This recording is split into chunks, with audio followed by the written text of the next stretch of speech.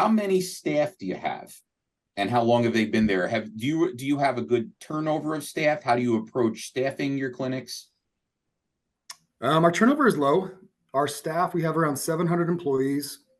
About 450 of those are in the office treating. So between chiropractors, we have a few PTs, so 250 plus chiropractors, a handful of physical therapists, doctor of physical therapy, and then another probably close to 200 rehab specialists.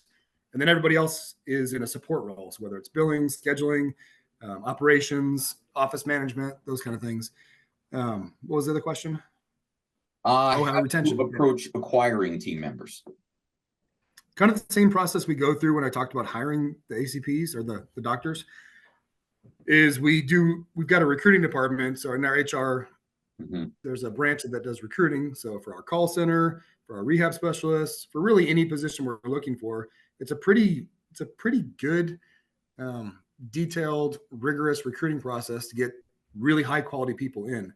And so kind of the cool thing about going through a challenge or a hard hiring process is, one, if you hire the right people, you don't have to manage them, or you don't have to manage them very much, because you hire hard, manage easy, and then support them, give them the tools they need to be happy. And the turnover is a lot lower, because if you get people in here that want to be here, that fully understand, that are vested in the company, there's a lot less likelihood they're going to leave. Now, people do leave for various reasons, different jobs. They get, spouses move out of state, just not happy, whatever it is. But generally, it's a pretty low turnover because we do a really good job on the front end. Excellent. Yeah, that's a great approach, and that's a good philosophy. I mean, in my opinion, when you have somebody good, and nowadays it seems, and one of the reasons I dig into that question a little bit is because it seems no one wants to work anymore. We have that place where it's even hard getting a waiter somewhere, and then you have a high level performing place like you have. And, to have people that are willing to be accountable to those standards, it's almost like, wow, where do you find these people? Where's the pool that they come from? Yeah, that is, it has become more challenging, I will say, in the last 5 years. But there's still plenty of people out there that are high quality, self-driven, hard workers that want to do the right thing for the right reasons. So they're out there. You just got to look a little harder. Excellent.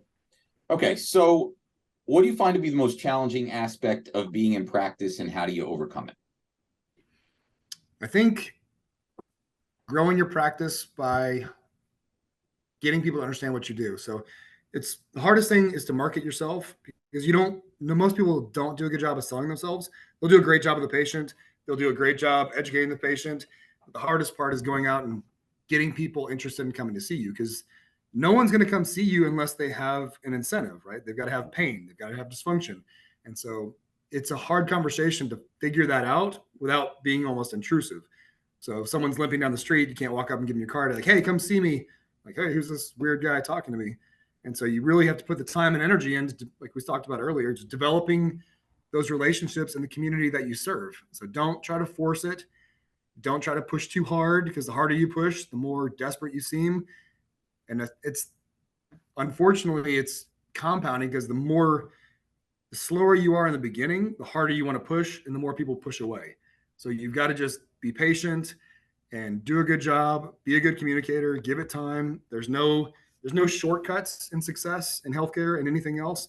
You just got to be there, be persistent, and have a good work ethic. Don't be like those people we just talked about that don't want to work. Great advice. Great advice.